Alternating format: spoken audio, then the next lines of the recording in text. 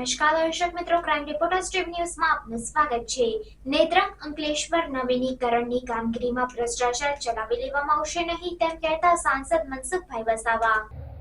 નેત્રંગ અંકલેશ્વર કમરતોડ રસ્તાના કારણે વાહન ચાલકો ત્રાહિમામ પોકારી ઉઠ્યા હતા। ચોમાસાની સિઝનમાં ધોધમાર વરસાદને પગલે 45 કિલોમીટર રસ્તાનું ભારે ધોવાણ અને ઠેર ઠેર મોટા ખાડા પડતા વાહન ચાલકો જીવના જોખમે પસાર થવા માટે મજબૂર બન્યા હતા। ઉડતી ધૂળની ડમરી અને રોજે રોજ બનતી ગમખ્વાર અકસ્માતની ઘટનાના પગલે વાહન ચાલકોમાં ભારે આક્રોશ ભભૂકી ઉઠ્યો હતો। તેવા સંજોગોમાં ભરૂચના સાંસદ મનસુખભાઈ વસાવા અને ઝઘડિયાના ધારાસભ્ય રીતેશભાઈ વસાવાએ રાજ્ય સરકારમાં રસ્તાના નવીનીકરણ માટે લેખિત તથા મૌખિક રજૂઆતો કરતા સરકારે તાંત્રિક મંજૂરી આપતા Shivalay infra project private limited company વડોદરાને વર્ક ઓર્ડર આપ્યો હતો, જેમાં ₹50 કરોડના ખર્ચે 18 માસમાં રસ્તાની કામગીરી પૂર્ણ કરવાની રહેશે, જેનું વાલિયા મુકામે ભરૂચના સાંસદ મનસુખભાઈ વસાવા, ઝઘડિયાના ધારાસભ્ય રીતેશભાઈ વસાવા અને ભરૂચ જિલ્લા ભાજપ પ્રમુખ મારુતિસિંહ અટોદરિયાના હસ્તે ખાતમુહૂર્તની વિધિ સંપન્ન કરાઈ હતી, જેમાં સાંસદ મનસુખભાઈ વસાવાએ જણાવ્યું હતું કે નેત્રંગ અંકલેશ્વર નવીનીકરણની કામગીરીમાં યોગ્ય માલ મટીરિયલ્સનો ઉપયોગ કરવાનો રહેશે।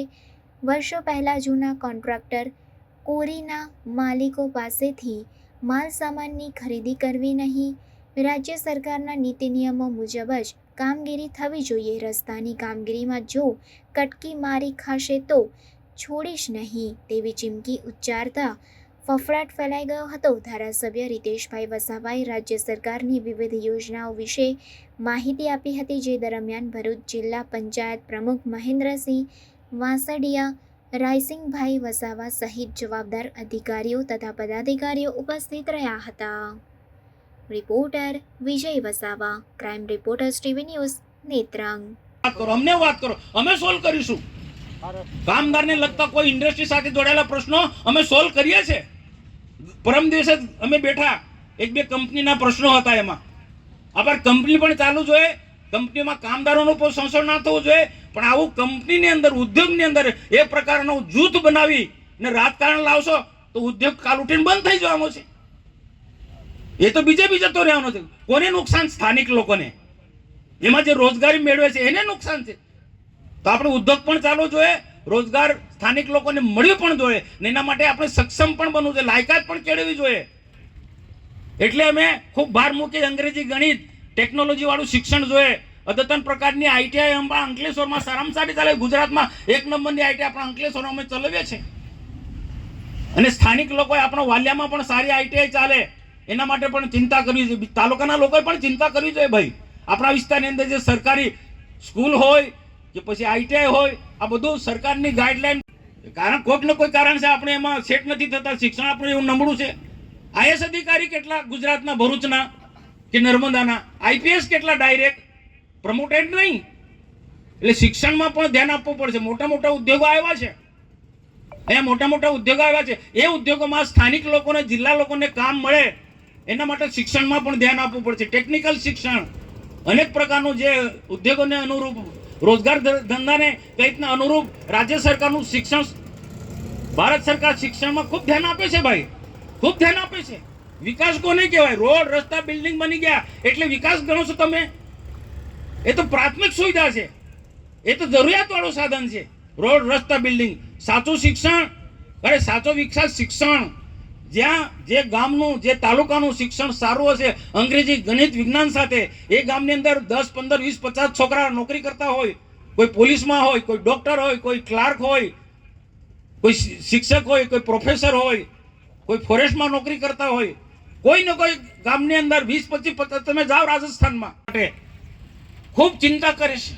તમે જો ઔદ્યોગિક ક્ષેત્રે, શૈક્ષણિક ક્ષેત્રે, તમામ ક્ષેત્રે, કૃષિવાડી ક્ષેત્રે, રોજગારી ક્ષેત્રે કેટલું બધું રાજ્ય સરકારના, ભારત સરકાર કામ કરી રહી છે, ખૂબ કામ કરે છે, અનેક પ્રકારની યોજના છે। આખા દેશમાં તમે જો રોડ, રસ્તા પણ કેટલા સારા છે। પહેલાના સમય શું, મધ્યપ્રદેશમાં જાઓ, રાજસ્થાનમાં જાઓ, મહારાષ્ટ્રમાં જાઓ, ગુજરાતમાં પણ શું સ્થિતિ હતી, પણ આજે તમે તો નેશનલ હાઈવેથી માંડી સ્ટેટ હાઈવે કેટલા એક ટોપ છે।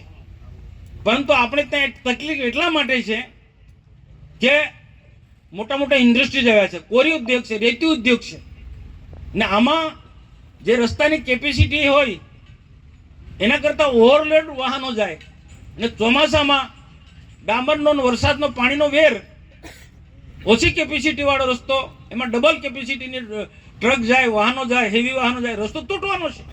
ને સાથે સાથે આ વર્ષે વરસાદ પણ ભારે વરસાદ થયો. વરસાદની શરૂઆત જ ઉનાળામાંથી ચાલુ થઈ ગઈ, હજુ હમણાં માંડ રહ્યો, છતાં પણ આની વચ્ચે રહીને જ્યાં ખાડા, કુદરતની સામે તમે કેટલા ફાઇટ કરી શકો. વહીવટ એમાં કોઈ કરતા કોઈ, આ રોડ રસ્તો પૂરતું નહીં, દરેકે દરેકમાં પારદર્શક વહીવટ તો હોવો જોઈએ. રોડ બને એટલે સરકારનું જે એસ્ટિમેટ એના પ્રમાણે બનવું જોઈએ, એમાં જરા પણ બાંધછોડ નહીં. અને અહીંયા મારુતિસિંહે કીધું તે પ્રકારે કોન્ટ્રાક્ટરને મારી પણ નમ્ર વિનંતી છે, ભાઈ તમે રસ્તો સારો બનાવશો તો રસ્તા પરથી પસાર થનારા લોકો તમારી વાહ કરશે, આશીર્વાદ મળશે. સરસ પ્રકારનો રસ્તો બન્યો છે, દિલથી ખુશી થશે તો કોન્ટ્રાક્ટરને લોકો આશીર્વાદ આપશે. ને એન્જિનિયર હોય, જુનિયર એન્જિનિયર ફિલ્ડ પર રહેનારાને વધારે જવાબદારી છે ભાઈ, તેમને પણ કાળજી રાખો ભાઈ, સરકારના એસ્ટિમેટ પ્રમાણે બને છે કે નહીં એ પણ જોવું પડે. અને સાથે સાથે એ પણ કાળજી રાખવી પડશે, કોન્ટ્રાક્ટરે હો અને ડેપ્યુટી એન્જિનિયર સાહેબ તમારે હો. અહીંયા શું સિસ્ટમ છે આપણા ભરૂચ જિલ્લામાં, પેલો કોરી ઉદ્યોગ વાળો કહે છે મારા જેવાને દબાણ કરશે. મનસુખભાઈ, એમને કોને આ કોન્ટ્રાક્ટરને કે એન્જિનિયરને મારી કપચી લે, કે મારા મેટલ લે, મારો પથ્થર લે, મારી માટી લે, આ બધું ચાલુ થશે. તમે અમુક માટી, આટલા ટન માટી ઉઠાડવાની છે, 25 ટન માટી તમે કોન્ટ્રાક્ટ સાથે સેટિંગ કર્યું, પણ 25 ટનના બદલે 15 ટન નાખશે. રાજકીય વ્યક્તિ હોય કે કોઈ પણ હોય, ભૂતકાળમાં જે થયું છે એવું કોઈને નહીં. તમને ક્વોલિટી કંટ્રોલમાં જે નમૂનો જે હોય કપચીનો, રોડ કેમ તૂટે છે? રોડ કેમ તૂટે? લાગવગ તરફથી પેલા પથ્થર, કાચા પથ્થર, કાચો મેટલ એ વપરાય છે. એ બિલકુલ નહીં થવું જોઈએ. કોઈની લાગવગ નહીં. કોન્ટ્રાક્ટર લાગે, તમને લાગે કે આ પાકા પથ્થરનો એ માલ છે કોરી, ત્યાંથી જ ઉઠાવો, બીજું કોઈ જગ્યાએ નહીં.